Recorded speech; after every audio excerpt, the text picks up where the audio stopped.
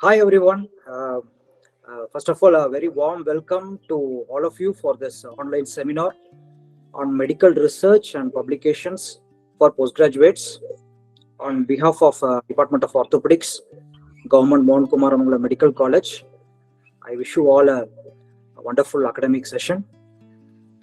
First and foremost, I would like to thank the speakers who have enthusiastically wanted to participate in this online seminar. Dr. Girni Vasan, Dr. Jairam, and Dr. Satish Muthu. All three of them are physicians who are doing extensive research work in regenerative medicine and other specialties of orthopedics. They are excellent research scholars, promising young orthopedicians who have a lot of contribution to the society, and we are very happy to host them here in our online channel. Welcome to all speakers. Thank you for participating. And before going on to our session, a small introduction. Why are we conducting this? Medical research and publications for postgraduates. There are a lot of misconceptions, myths, and misleading informations, and there are a lot of wrong ideas among postgraduates. For example, the misconception is it really relevant for me during my internship, during my residentship, and is it only optional? So these are all the misleading misconceptions that they are having. And as they say, if you know the why, you will be easy to crack down on how. Okay, so like, what is the need? And another misconception is like, all this research and publications is only for people who are concept oriented. Especially if I am a surgeon, why do I need? I'm more inclined towards enhancing my skills, and why do I need to do a research which involves a lot of time? So these are all the queries in young minds, young orthopedicians, on any young postgraduate. So I hope this seminar throws some light on what is the need and why NMC is insisting on doing a research work in your postgraduate period itself, apart from publishing, doing a paper presentation in a conference, apart from doing a poster presentation in a conference. NMC also asks whether you have published any article during the residency program. So why do they need to insist? Do we really need that? These are all the questions. So to clear that, we have invited three eminent speakers. I would like to introduce the first speaker, and I will hand over the stage to him. The first speaker is Dr. Girni Vasan, and he's going to speak on the topic of manuscript writing. Dr. Girni Vasan has done his MBBS from Tirunelveli Medical College, and he's a proud alumni of Government Mohan Kumaramangalam Medical College as an MS Ortho postgraduate. He's presently working as an assistant professor of orthopedics in Savita Medical College and Hospital, and he has done his fellowship in trauma, section, sports and shoulder surgery. He's working as a consultant shoulder and sports surgeon in Ravina Hospital, Chennai. And he's an associate editor in International Journal of Orthopedic Rheumatology. And he's a founding member of Lead of Operations Research Co-Lead in Orthopaedic Research Group, and also on a unique monthly on orthopedic research newsletter called Brew with Bones. And he's holding a lot of positions, he's a traveling fellow, he's an international fellow in shoulder and elbow surgeries. So with this prolific academic record, no other person can start this session with this topic. So I invite Girni Vasan to take over the stage, and consequently I request him to introduce the other speakers as well. Welcome, Giri. Thank you for the introduction, sir. You're welcome. I'm really humble, sir. It's actually a privilege and honor to be here. I thank Jawahar sir and HOD sir, Dr. Kamalnathan, for giving me this opportunity. I hope my screen is visible. Yeah, it is visible. Yeah, this research discussion is meant to be very basic. All the three of us plan to keep it very light and simple so that we don't bombard you with many concepts of research on the first meet itself, and you decide that research is not meant to us. That's not what we needed. We just wanted to you to get introduced into some basic research concepts and then pick up from there your research journey. So those who are already interested and into research, this meeting might not be very useful for them. I just wanted to put this disclaimer before the start of the meeting. So apart from me, we have two very accomplished researchers and orthopedicians with us, like Javas have told. The first topic will be introduction to research and manuscript writing. Uh, so the objectives of this talk will be I will explain on the type of research and research studies, how to begin a research, what are the types of reviews and general introduction into the reviews available, and the template for a manuscript writing. So as when we tell research, the research can be broadly divided into three types. The first type is a basic research. For example, when you're going to do a lab research where you examine how far a mesenchymal stem cell or a bone marrow aspirate concentrate is going to help in bone union, that becomes a basic research, which is mostly conducted in biotechnology labs. And the second research is what we all are familiar with, that is the applied research or the clinical research, wherein we do a bone marrow aspirate concentrate injection in a patient and see if it helps in bone union, for example. And in between these two, we have something called translational research, which in turn translates the basic research from bench to bedside, as we tell always. So this basically, for example, an animal research which confirms that bone marrow aspirate concentrate is really helpful in bone union after you confirm that in a lab. So these are the three broad categories of research. Coming to the types of research studies, we have two broad categories. One is reviews and the other is original studies. And in the original studies, we have descriptive studies, which include surveys, case reports, and case series, wherein you observe something and describe it as it is without any analysis. This is helpful in surveys, and when you come across some unique case series or case reports, then we have analytical research wherein you try to group the patients into certain arms, analyze the results, and come out with a research paper. This can be broadly classified into experimental, which includes randomized control trials, and also observational studies, which includes case control studies, cohort studies, and cross-sectional studies as well. So I hope most of you will be aware of these from your SPM days.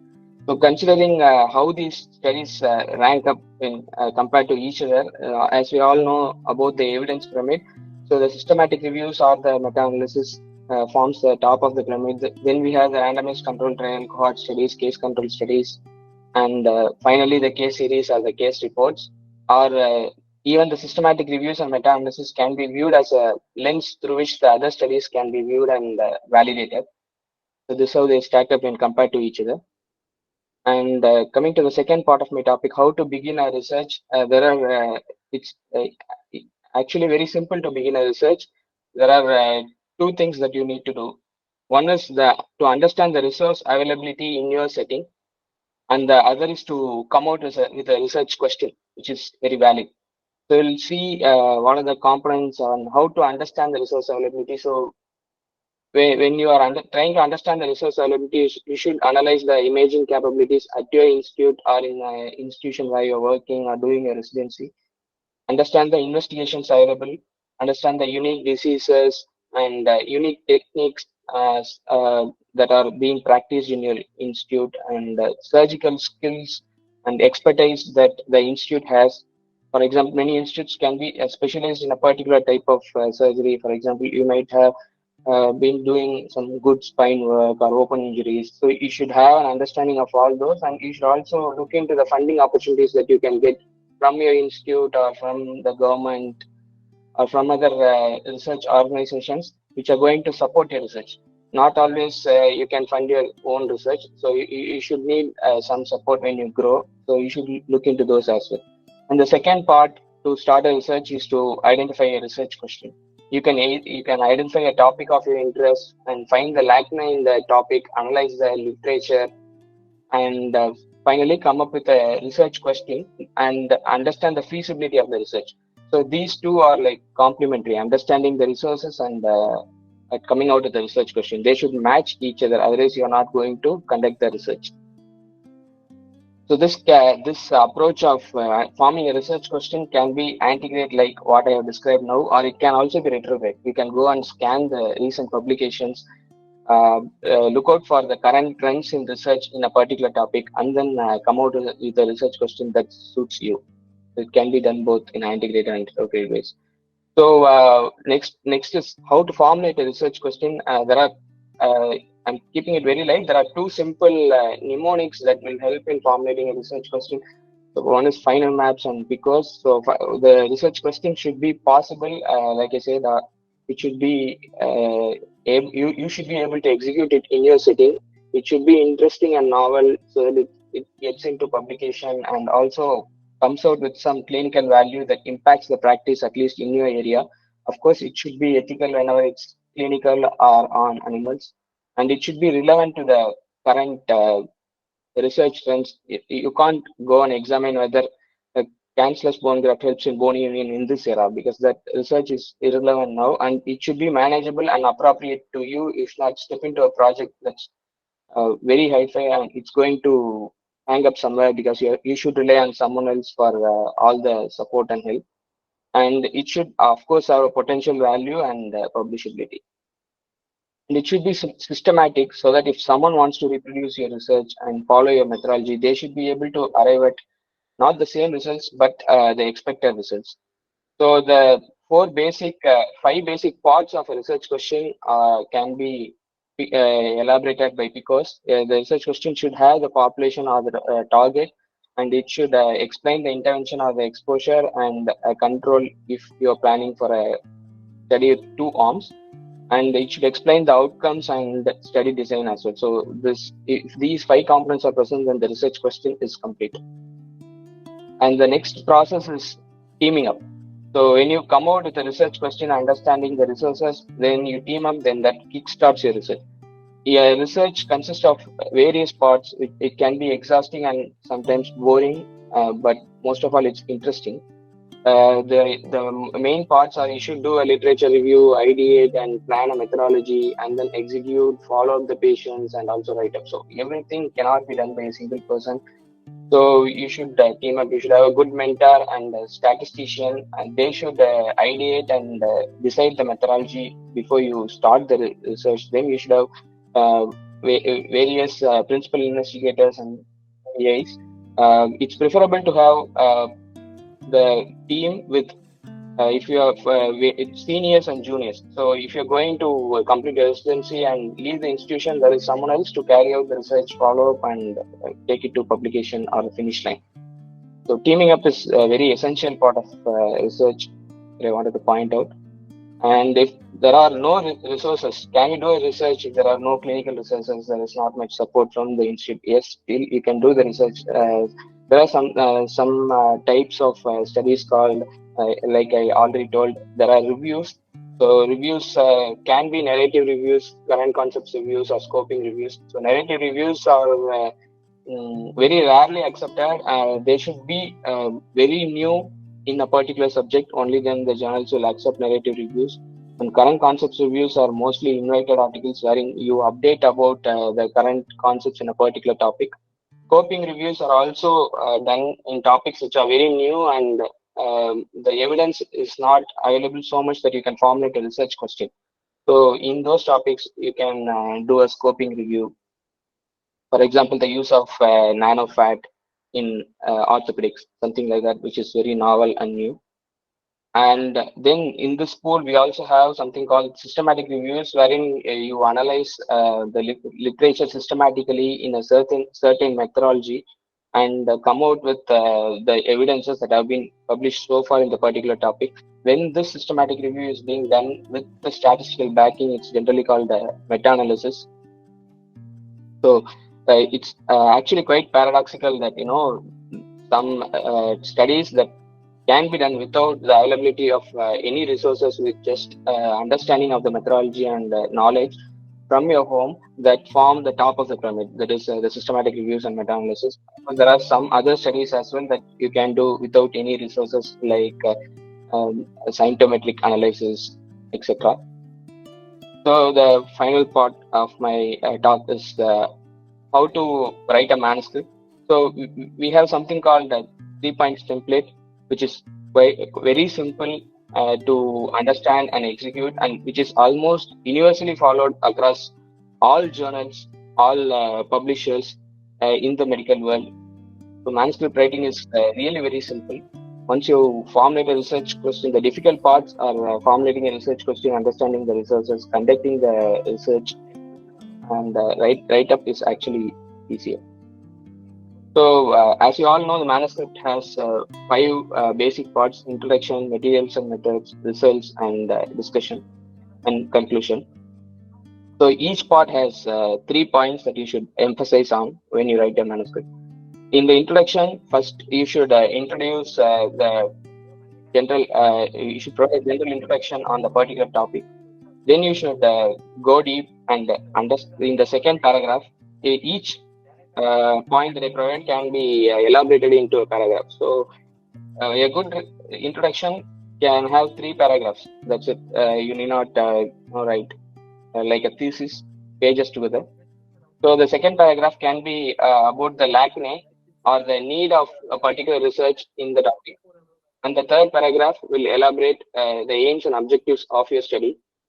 And then we are going into methodology. So methodology has again 3 parts, where you elaborate the type of methodology and explain your research question in the PICOS format. That is, you provide the inclusion and the exclusion criteria, controls, outcomes, interventions and exposures and population. Then you explain the methodology or the surgical technique that you're going to follow, or the intervention that you're going to conduct. You should elaborate upon that. And finally, you should explain how you're going to analyze your results. And the results again has essentially 3 parts. One is you're going to explain the demographics of the sample that you've taken, and then you're going to explain the outcomes and explain the statistical backing that it has. The study methodology and the results may vary according to the study type of study that you're going to conduct. But the other three, the introduction, discussion, and conclusion, are almost same and follow the same template across all studies in publications. So discussion essentially has 3 parts. The first paragraph, you're going to summarize the results and provide a clinical interpretation of the results. And the second paragraph, you are going to compare and contrast the results with the results that have been already published in literature and explain the uniqueness of the study. This can be about 3 to 4 paragraphs. And finally, you are going to come out with the limitations of your study. Any study design has limitations, and it is mandatory for the authors to point out the limitations of the study and provide future recommendations. And finally, the conclusion. The conclusion should be somewhat clinical, and it should have results only with the statistical backing. You can't propose your hypothesis again in conclusion. And finally, you can end it with a disclaimer or future recommendations. So these are the 3-point templates. You will see one by one with an example in the coming slides. Of course, there are other parts of the manuscript writing. One is references, tables, figures, annexures, and supplementary data. These are all also very important. In fact, tables and figures are very important to attract the readers to read your publication. About references, references can be very painful, adding 100 references across a manuscript. The next speaker, Satish, will be simplifying us on how to add a reference and how to manage it during revisions. So the parts of the manuscript writing. So we will take this example, which is recently published in January 2024 in JSCS International, which is one of the reputed journals in shoulder and ankle surgeries. The topic is quite simple: treatment of Orthopaedic fractures in older individuals, a cross-sectional study design. We'll see how this manuscript, which is already published, has just followed the template that we just described. So see that this thing, I've just taken this from this an open access article. I've just taken and copy pasted the entire text. So this is the introduction they have provided. You can see that it has been rightly divided into 3 parts, like I already pointed out. The first part, they have come out with the general introduction to the Orthopaedic fractures. In the second part, they have explained what is the lacunae and how heterogeneous the published studies are. And in the third part, they have proposed the aims and objectives, just like I told. And again, in the materials and methods, so initially they have described their methodology, their inclusion and exclusion criteria, and they have described how this is actually a survey. So survey is another study design where you don't want much resources. You should have some connections. You should be able to create a survey, validate a survey with the statistician, and then circulate the survey among the target participants. And finally, like I told, the final part of the methodology is analysis, wherein they have told how are they going to analyze the results, what are the statistical tests they are going to use. Again, in results, the first paragraph they have described about the demographics. The second part they have described about their outcomes and their statistical backing to the outcomes. And also in discussion, see the first paragraph, they have highlighted summarized their own results and provided some clinical interpretation. Then they have contrasted and compared that with the other published studies in the topic. And finally, they have ended it with limitations and future recommendations. And again, in the conclusion, so they have some clinical implications and propose the results of the statistical backing. So this is the general template that's being followed across all journals, which is very easy to write up. So the take-home message from my talk is beginning a research is the key. So identifying the research question, understanding the resources available, and teaming up are the first three important steps that are to be followed. And then after this, you should ideate, execute, and collect. This is quite an interesting part if your research is in the area of your interest. And finally, write-up is quite simple. Thank you. So the next speaker is Dr. Satish Muthu. So Satish has completed his undergraduation from Stanley Medical College and post-graduation from the Madras Medical College. He's a research lead of a non-profit group called the Orthopaedic Research Group, in which I am also fortunately associated, and we do a lot of quality research work. Apart from this, he has various affiliations associated in a handful of national and international journals, reviewer, and a prolific publisher with more than 200 publications. He is currently practicing in Karur with his private practice and is working as assistant professor in Karur Medical College Hospital. Over to you, Satish.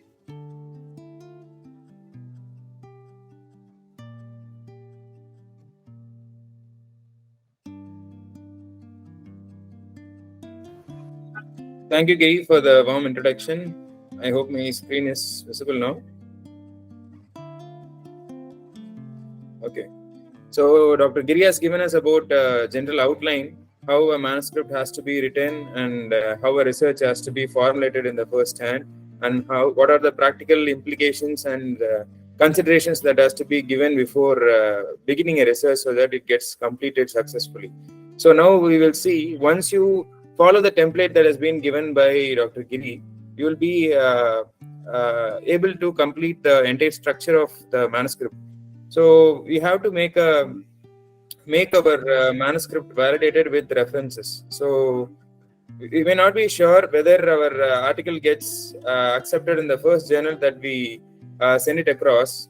So we have to be resourceful in making the references suitable to all the formats of journals that we'll be sending. So in the first hand, before starting into the citation managers, we will just see what are the requirements that a journal has, because whenever we see a manuscript that is being submitted by any postgraduate, we see references mostly added manually as a superscript, and all the references cited at the bottom in various formats. They are not synchronized in the same journal format. So those are the reasons why the journal makes a desk rejection of your submission. So to understand what is the requirement of a journal, so for example, if Swine is the journal that you are trying to submit your manuscript to, you have a section called for authors, and there you see information for authors. So if you see in that information for authors, you have this guidelines, author guidelines. So once you tap into that, they have this entire list of guidelines, how a reference has to be, and what is the particular journal preference in having those references cited in the manuscript. So before the submission goes to any reviewer, your current submission will be reviewed by their editorial assistant, and they'll be looking into all these citation issues and referencing standards that has been followed in the norms that is specified or not. So if they see that it is not as per the journal recommendation, they will make a desk summary rejection of your submission stating that it is not as per the journal recommendations. So in order to meet these recommendations, because we might be sending it across various journals and all these journals have their own styles and recommendations. So it will be very painful to manually correct them all to make it suitable for a particular journal. So we see what these citation managers are and how they are helpful in sorting out this issue. So these citation managers, they are really a wonderful tool in academic writing. We don't have any disclosures for this talk or conflict of interest on the topics that is being presented now. So citation is nothing but a reference to any statement that is given in our manuscript. It can be either a book or a journal article or a dissertation or an archival manuscript, or at times even a newspaper editorial or a website or whatever it is, that has to clearly identify the source in which the entire context has been taken from. So if a reader wants to verify your data, then he must have all the necessary means to get it verified through the citation data that you are providing. So that forms the citation for any statement that you make in the manuscript. So for example, you take this citation of one of our articles. There you see the title of the authors is given in the front. This is one style of citation. There, author's title is given at the front, and the year of publication, or sometimes including the date, is given at the brackets or even at the end. It depends upon the journal style. And then the article title is formed, and then the journal volume and the issue number is all published at the end, and the page numbers are all at the lag end of the citation. This is one style of citation. So what are the various types in which a citation can be made? Like there is a parenthetical citation in which you have this name of the first author or the first three list of authors and the year included in the brackets in the main manuscript text. So that is parenthetical citations. That includes the identifying details of the sources, usually the author's last name and the publication year. That is parenthetical citations. You have this numerical citations. This is a commonly used format, but various journals use it as a regular square bracket numbers or as a superscript numbers. So that is called a numerical citations. Some has a note citations. This is not usually used in the context of manuscript, whereas it is used as a footnote or endnote for any tables or any specific notations you want to give or refer to in the context of a table or a figure. So that is a note citations. Usually used as asterisks or some special characters can be used for that purpose. So what are the variations in which these journals differ in their citation styles? It can be either in the way of capitalization of the text that is being used in the citation, or in the order of information. As you have seen earlier, it can be the year can be put in the front or in the back, either the author's name at first or the title of the journal at the first. In that way, it may differ in the order of the information. Or using of italics. Some of the journals use italics for the name of the authors, or some use italics for name of the journals. In such way, it differs. Or text formatting. Some of the journals use the years in bolds, and those are some of the intricate details which cannot be manually done for all the references, taking into account all the citation styles that the journal has, and the punctuation marks and the numbers. It all differs between journals. And what is the role of a citation manager? It is a simple software that will collect, organize, share, and cite all the sources from which you have taken data for writing a manuscript. So you can add up all the sources to a citation manager, like an article or a book or a video or an interview or whatever it may be. Any source that you are taking your information for writing the manuscript can be taken up into a citation manager, and it can be cited using the citation manager instead of using it writing it manually. So what are the common citation managers that we routinely come across? Is a Mendeley or a Zotero or a EndNote. So this presentation is strictly for a very basic beginner in research. So we stick ourselves to one of the citation managers, and we commonly use Zotero. So this will be like a live demonstration, like how you can use Zotero for a publication for which you have written a manuscript or you are about to write a manuscript. So we will be just jumping up into Google and see how it could be done. So Zotero is an open source free software. You can just download it from zotero.org. You can just log into this and get your copy downloaded. And once you install, it has two plugins. One plugin is for the browser, that is for the Google Chrome. There you have a browser. It comes like a text paper at the top with an icon. So once you log into any, just for example, if you want to say you are looking up for articles for articular cartilage, something like that. So you just search and you need some data and you got this data in, for example, an article. So once you have this article here, so this icon here, this is a plugin from Zotero that adds to your web browser. So once you click on this plugin, this article is automatically adds to your Zotero library. So once you open the Zotero, you see that that article just we have clicked now is being added to this library article. So you can choose to what library or what folders it has to add on to, so that everything is compiled in a single folder. And in this way, you can add all the relevant references that you want to cite in a manuscript to be added to the Zotero library. So in this way, you are just collecting all the information from the databases or the data sources into the library. So then how you can export it to the manuscript that you are trying to include it into. So for example, you take a manuscript. Here you have, I have already added some like around 20 to 22, 25 to 28 citations. So now we have to add, for example, here in this statement. So you have this Zotero plugin added to your Microsoft tools also. So you have an icon like add citation, add bibliography and stuffs like this. So you just click add citation. A citation will be added in the place where you have kept this clause cursor on. So you have to feed in some information about the reference that you are trying to put into. So we have seen this as the first one. Either you can give the title of the article or one of the first or last names of the authors. For example, we give this Siroro.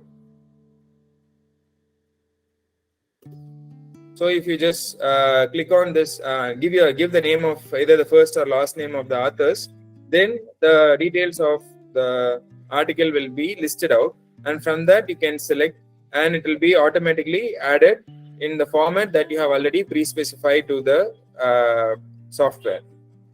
So we have now seen that this article has been taken up from the library and it has been popped up here. So you select it and you click enter. So now it has been added, but we are not sure in what format it is being added. So for that, you have all the list of formats that a journal would require you to. You can just type in the name of the journal that you are going to submit, and it automatically has all the styles that is needed for the submission of that particular journal.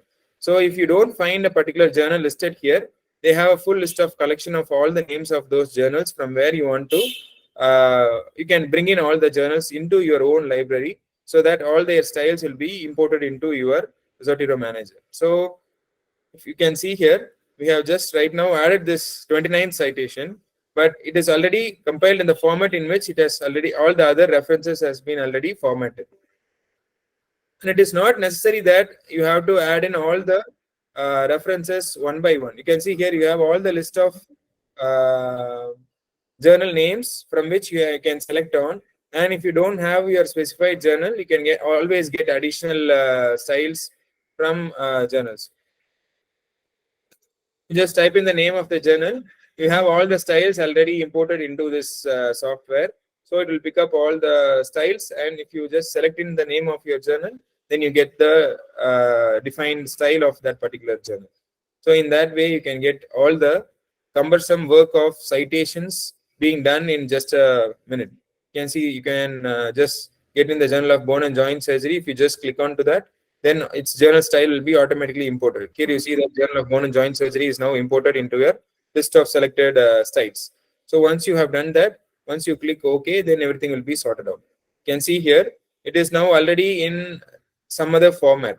So if you just want to submit to JBJS, then we can just select Journal of Bone and Joint Surgery, OK, and then you will see that all the referencing styles will be changed in the format that is necessary for JBJS. It will be just done in a minute time. So you need not see, previously it was in square brackets. Now it's all in the numerical superscript citations. On all the references are all in the styles that is recommended for JBJS. So in this way, you can easily make all your references curated in the style that is recommended for the journal in particular. One other thing that I want to tell you is, it is not mandatory that you have to select in all the individual references one by one. Instead, if you have a collection of articles, like if you say you give articular cartilage, you just search it. You have a huge number of lists. If you want to import like the first 50 articles or something like that, you just send all this to a citation manager.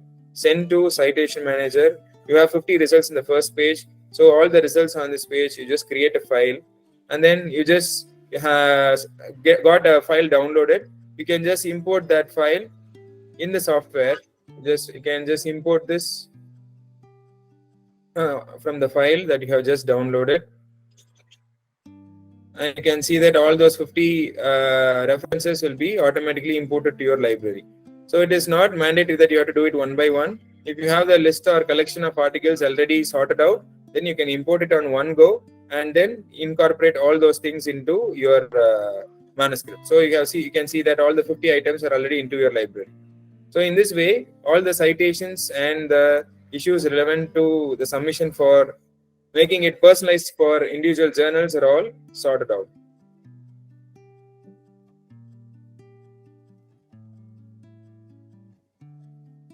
I hope I'm clear with using the basics of Zotero and referencing all the sources into your manuscript. If you want to have a hands-on training, we have research internship courses in our Orthopaedic Research Group. You are welcome to join it. You can have the links from our website. Thank you, Satish.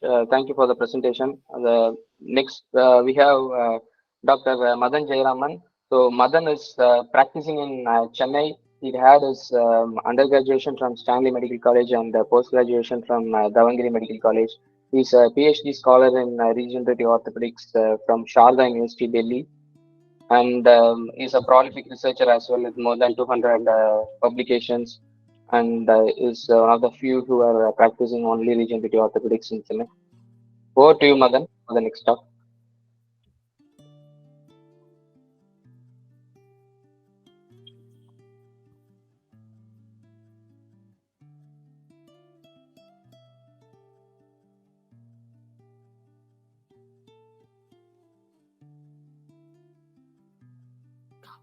Thank you, Dr. Giri.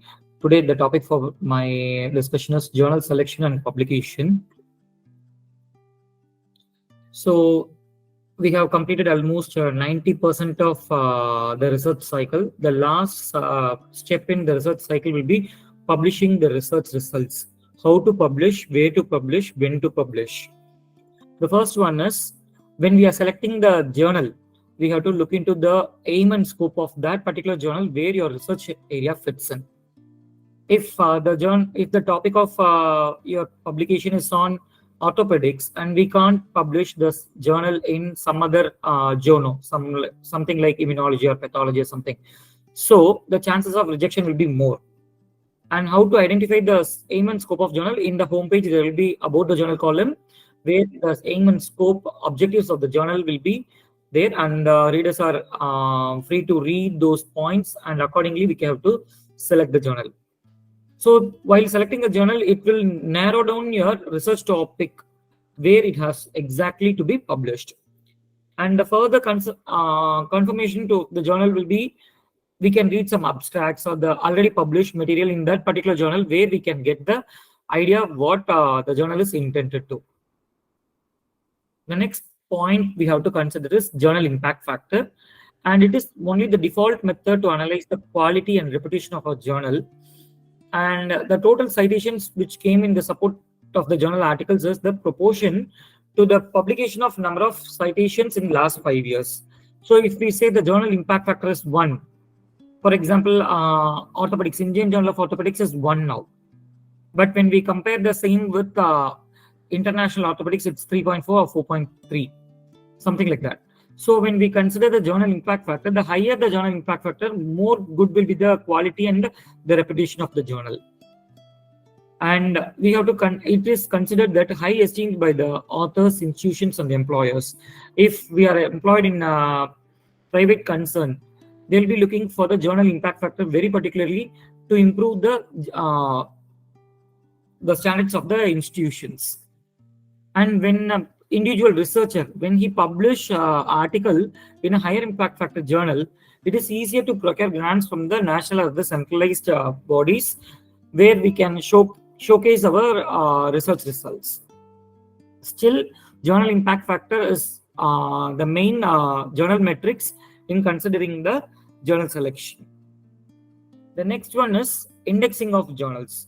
Now, NMC has given a criteria that we have to publish in a few indexing, that is DOAJ, PubMed Central, Scopus, Embase, Science Citation Index Expanded, Web of Science. Madan, sorry for interrupting. Your slides are not in slideshow format, I guess. It is not moving. I think it's moving from my side. 1 minute. Now is it in which mode? Can you please tell me? Yeah, we can see your screen, but not the slideshow. I think you have selected a window for sharing. You can just select screen for sharing. Wait. Unshare, and when you select the entire screen. Now? No. When 1 minute. You stop sharing and then reshare. Yeah, thank you.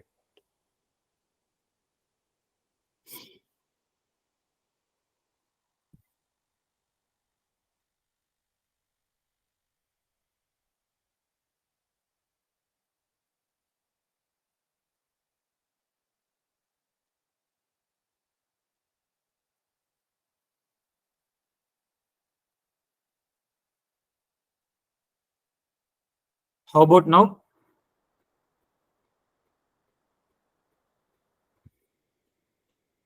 Giri, how about now? Yeah. Have you put it in a slide sharing mode? Sorry, slideshow mode?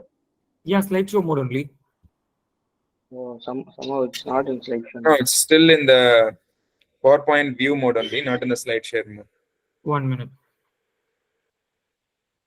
No, it's in slideshow mode only for me. Did you select the entire screen while sharing, Mohan? There are 3 options, right? Should I share the entire screen? Yeah. Yeah, the entire screen. Okay.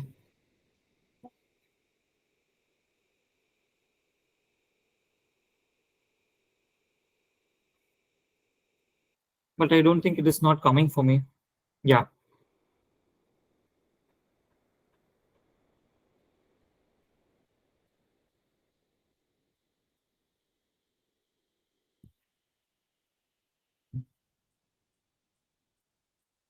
No, I couldn't present an entire screen. I don't know why. It's okay, man. You just change the slides manually. Yeah, fine.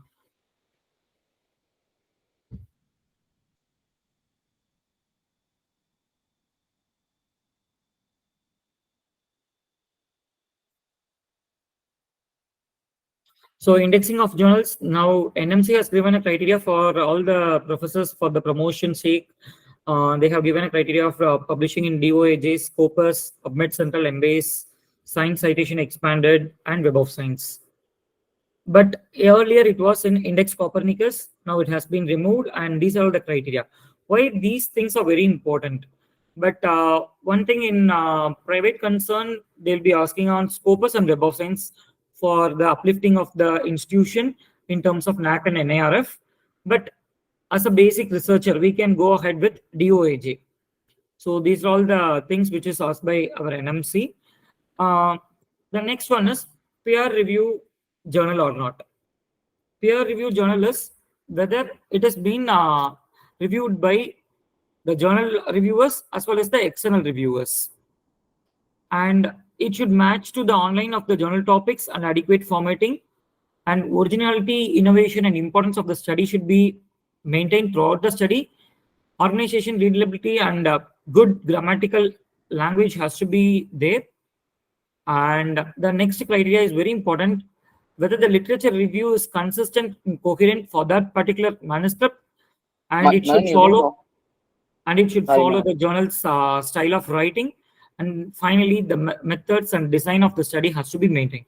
All these things will be reviewed by the peer reviewers, and the selection of the journal should also include the peer reviewing criteria as well. Next one is publishing time. Nowadays, the journals are so many predatory journals are there. They'll take some APC, that is article processing charges, and will publish within 1 week time, which is absolutely wrong. The standard journal will take minimum 3 to 4 months for the peer review and revision review. Finally, they'll send the acceptance mail, and post publication it will take 1 or 2 weeks. They will send us for galley proof, and finally it will be published online. The offline publication will take some more months to come. So it will take minimum 9 to 20 weeks. It's the minimum time for the publishing a manuscript in a standard journal. Acceptance rate. There is something called Q1, Q2, Q3, Q4 journals. Hello. Q1 and Q2 journals are very, very, very tough to get acceptance. Madan, sorry to interrupt. Yeah, we are Actually, not able, your PPT is not visible. It's just your folder is in here. It's not moving. You have the screen is different. It's in the. It's Giri, showing I'll the do one folder. thing. I'll share my PPT with you. Can you please play from your Yeah, end? That will yeah. be fine.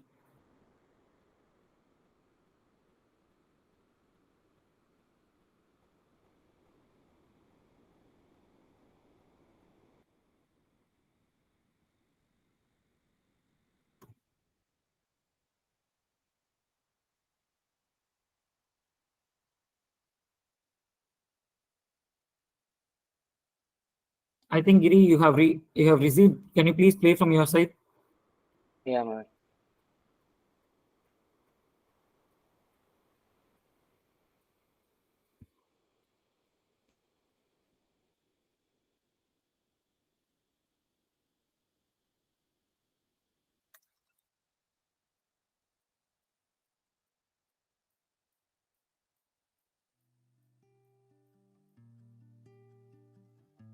From which slide do you want me to play, Madan? The next slide. Just move. No. Next one. Next one. Next one. Next one. Yes. Acceptance rate. Yes. Yes. So the acceptance rate of the journal depends upon whether we are selecting.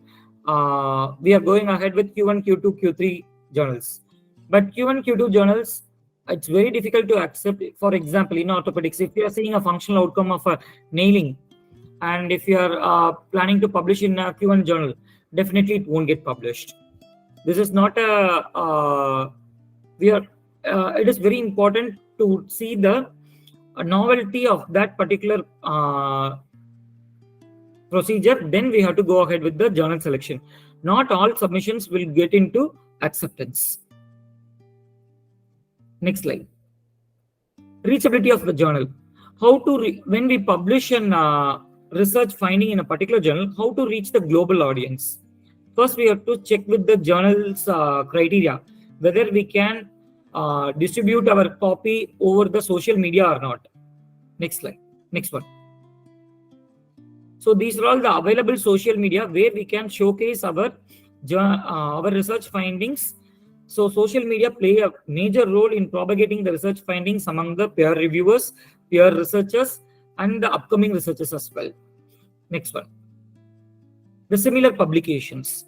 There is something called redundant publication, salami slicing. Lot many things are there. Falsification, fabrication, plagiarism, and how to identify. It's very hard to identify the cloned journals. The journal name, for example, if we take our Indian Journal of Orthopaedics, we all know that it is in Springer. There will be some other cloned journal in the same name, Indian Journal of Orthopaedics. Only the Orthopaedics PAE will be different from PEDAs. Yes.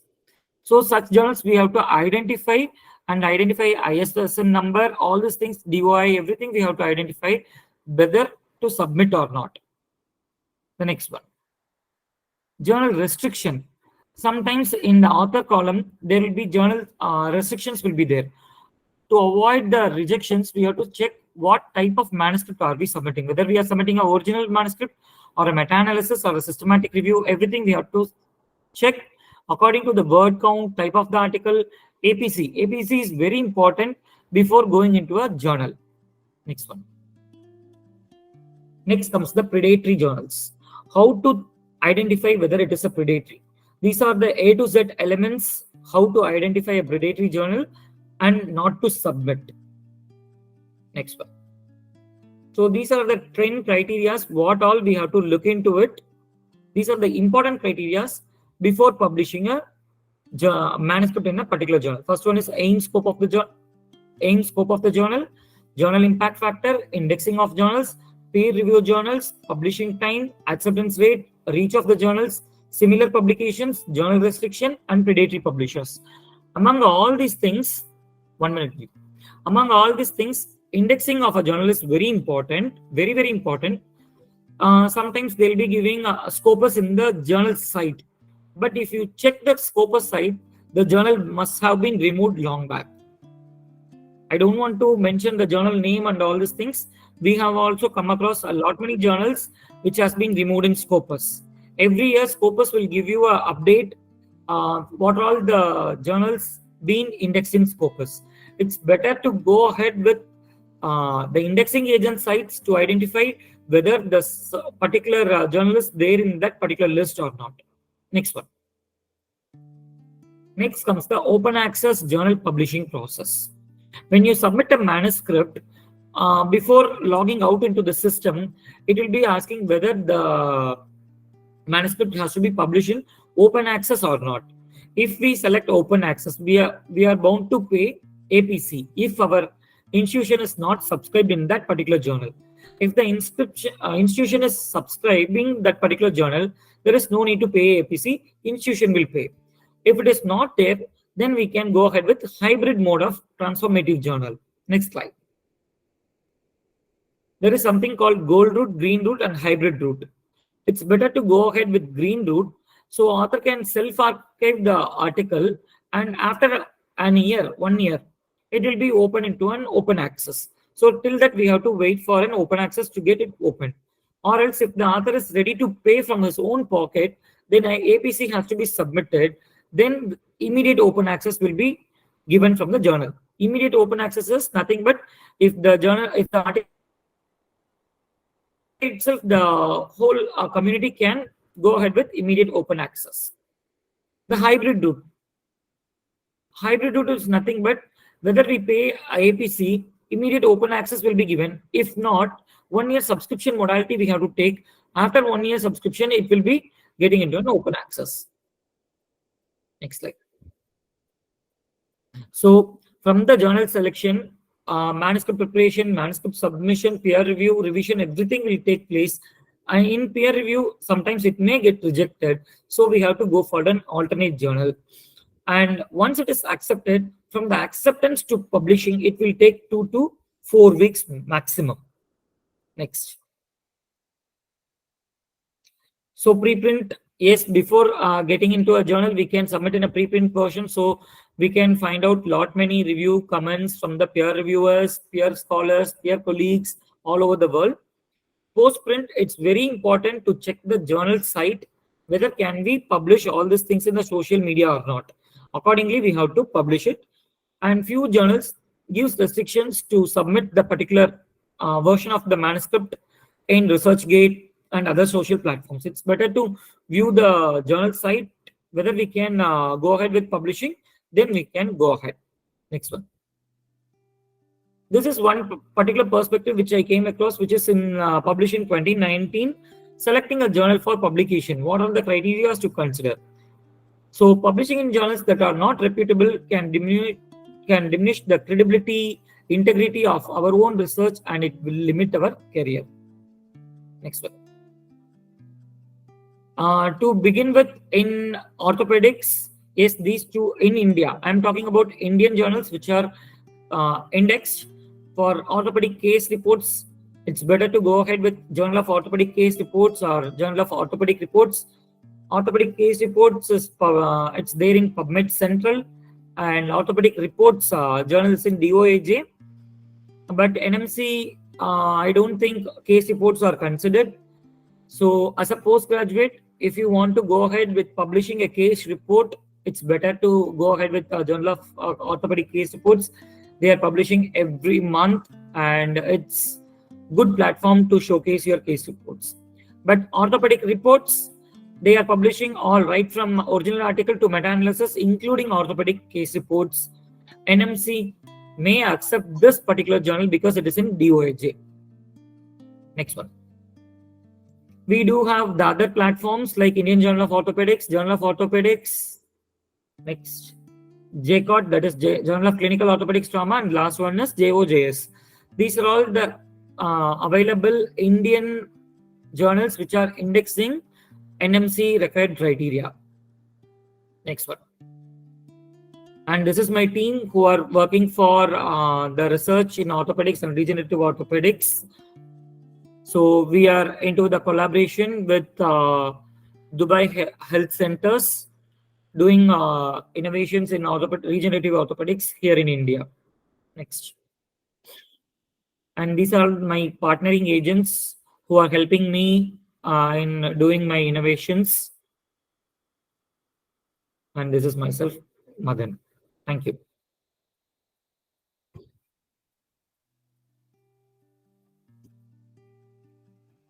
Thank you, Madan.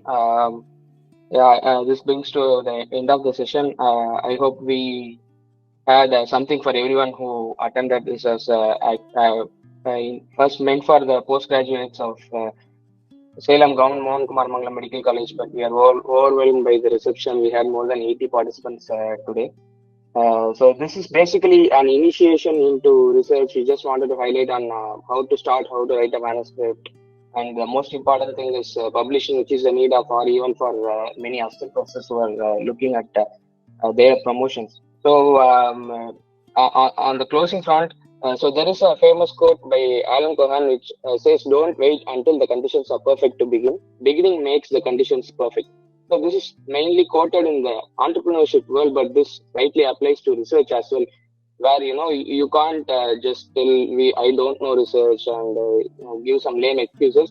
Just start with the research question and proceed with the methodology. And there are a lot many resources available on the internet. There are various courses available to write reviews, etc. Even like Satish pointed out, we do in our Orthopaedic Research Group have a foundational research course and research internship program.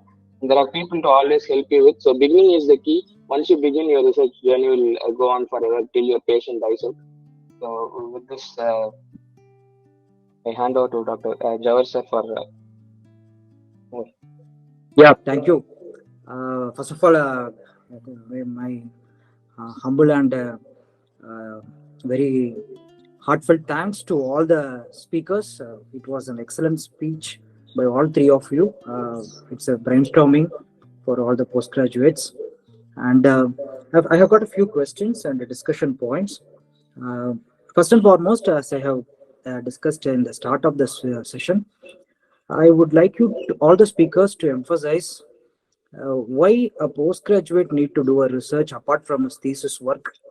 What is the importance in their career? Like, what is the need? Like, is it an optional, or how does it help in his careers? Yeah. As a postgraduate, it's very important to publish manuscripts apart from thesis, because once they are coming out of their post-graduation, they are all looking into do fellowships, India and abroad. When they go abroad, they are looking only into how many papers have you published, how many papers have you presented. Even in India, when there is a tie-up, if two or three candidates are applying for a single post of any fellowship, they will just check up how many articles have you published, in which journals have you published, what is the credibility of the journal. All these things are taken into account before offering any fellowships. So I always recommend my postgraduates in my college to go ahead with publishing at least case reports and narrative reviews before submitting any original manuscripts, because submitting original manuscripts in a bigger forum or a bigger journal is always getting a rejection, unless it is a novel or a new perspective from the existing literature or the research. So it's always a postgraduate can go ahead with publishing narrative review and case reports and KAP studies. If they are interested to do any KAP study on some newer criteria or newer innovations, it's better to go ahead with all these things before publishing their thesis in a journal, because thesis we cannot publish unless until they complete their MS or MD post graduation. Giri, your inputs. Yes, like Madan told, it's a key in career building for the postgraduates. That's one and most important aspect. Wherever we go and what of fellowships or positions we apply, now people are looking for your research profile, even in the corporate world, to showcase the academic credibility of the corporate hospital. They need someone who does research and publish their results. So, like Madan pointed out, career building is an important aspect. And other than that, most of us took orthopedics so that we don't want to read much, and we read surgeries and stay cool. So doing research helps you in reading without actually reading the books. You'll stay updated in all the topics till date, even more than the textbooks. So in the curiosity of doing research, in the curiosity of finding how your results are and how do they stack up in compared to other results, you end up reading a lot of papers. So that is one core benefit that you get from doing research. You'll be sound in academics, even though you are not a textbook guy. So that might be a passion for someone. Once you step into the first research, you will find that you actually enjoy reading articles and reviewing them. So then it goes on from there. Exactly. If you don't like something, it means that you have not understood it. So it remains an enigma, and that's what we are trying to tell. It's not that difficult publishing in an index journal or publishing in a reputed journal, but there is a starting trouble for most of us.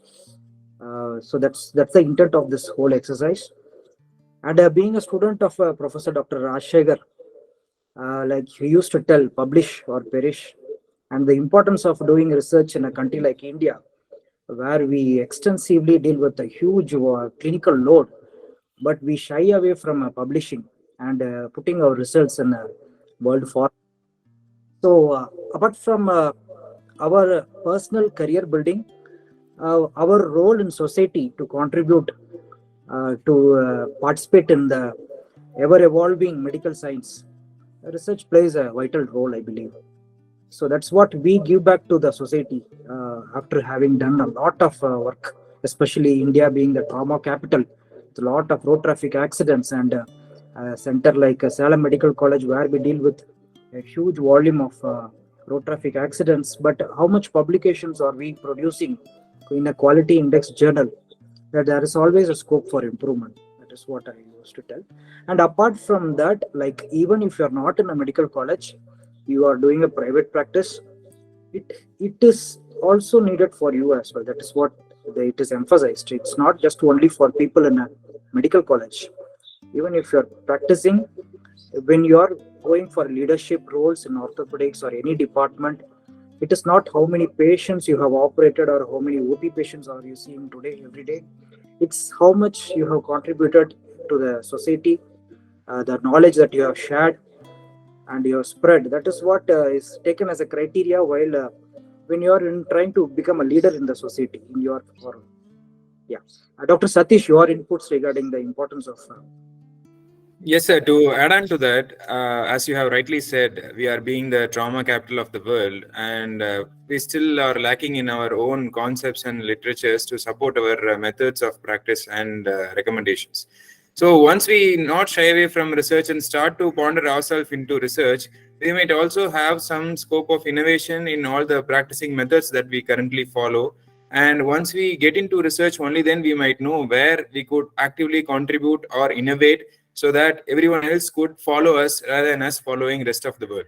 So these are the places by which where we can give back to the society. Other than straight away dealing with the patients, we can make treatment methods that is going to last for years to come together. Yeah, thank you. And coming to a few questions that has been raised by the postgraduates here, what is the advice you will give to the people who write their manuscripts first and they try to send? Any advice Postgraduates, mostly they'll be coming across novel cases. something like any true trauma or any new trauma or new tumor, whichever they come across, they can first search the literature, what is available in the scientific literature. Then they can sort out the what novelty has been done in that particular case. They can jot down the case points, what all the points been done apart from the existing literature. Then they can write a case report actually. To begin with the research, better to go ahead with searching the literature in the society, what is available, then add on to the points. If it is looking similar from the Western literature, better we can write as an Indian perspective, or what is being found out in our locality. So that should be the start point in writing a case report. Then slowly we can build up with writing a review article, which is not even published. So if cases are not published so much, then we can give a guidelines or perspective or a commentary, something like that. Then we can move ahead with our research career.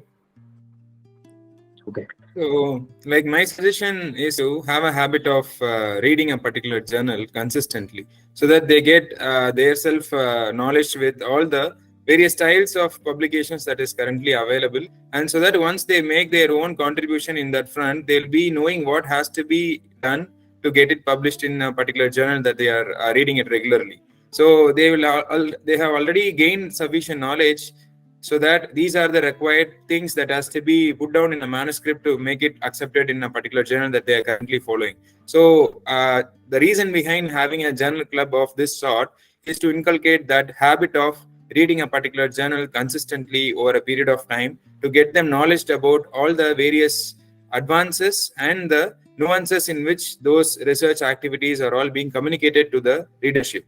So that is one sincere advice I give to all the fellow postgraduates.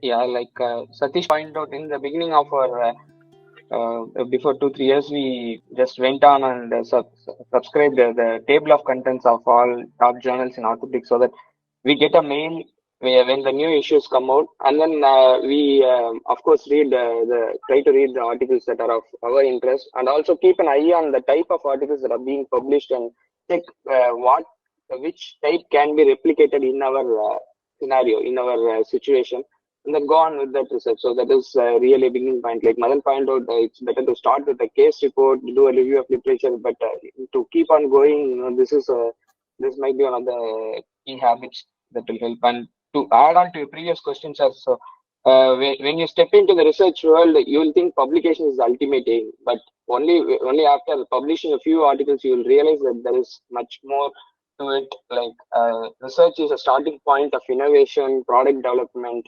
and there is a whole new world of getting royalty to your products, producing innovations, and developing instruments. There's a whole different perspective of the research that's going on outside. Publication is an offshoot, like, okay, the various avenues that is available in the research. Yes. Yeah. And regarding selecting the journal, like as you have seen and we have all experienced, selecting the proper journal from the fraudulent journals, the predator journals, like, is there a database like easy, ready reckoner in which it shows which is authenticated? Do we have a list like that? Sir, every year it will be updated. Each and every country, they are giving an update. In recently, Finland and Japan, Korea, they have given update like MDPI, Frontier, Scientific Journals are predatory. So it's better to watch the news, what is coming out, and there is a database as well.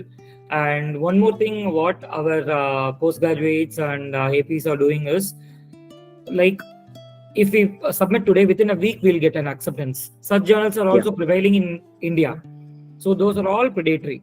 Whatever they are showing, like Embase Index Journal, NMC accepted journal, all these things, when we go and search in Embase, this journal is not being found out.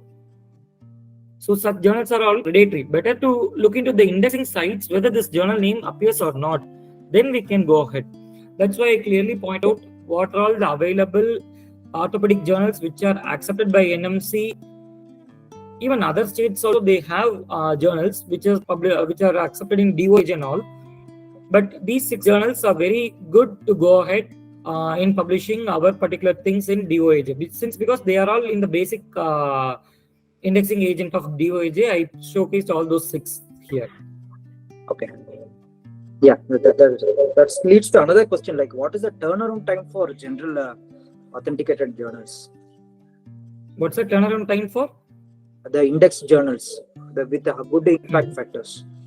It will take 4 months, 4 months to 6 months. Even for me, to be frank, one journal has taken almost 1.5 years to publish. Okay, but they accept it within a particular stipulated It is time. not like that, sir. Acceptance is not mandatory. They will go on asking for revisions. Only thing is perseverance is very important here. We have to silently wait till the journal gives you acceptance or rejection. And multiple submissions of that same manuscript in different journals is not advisable. It is wrong also. Okay. In case if it is getting delayed, what is the ethical consideration while sending it for some other journal?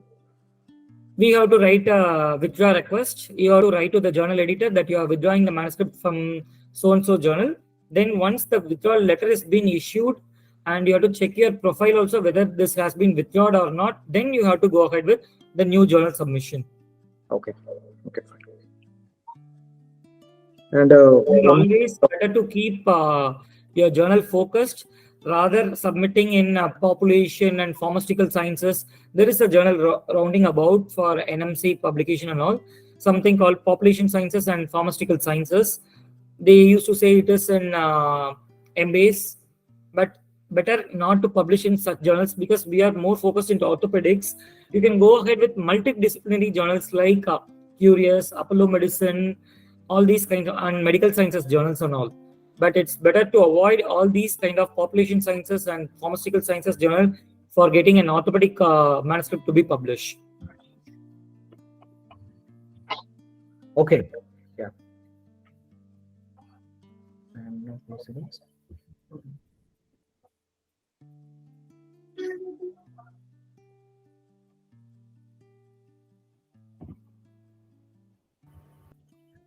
Do we have any more queries from the postgraduates to be answered, sir? From other participants?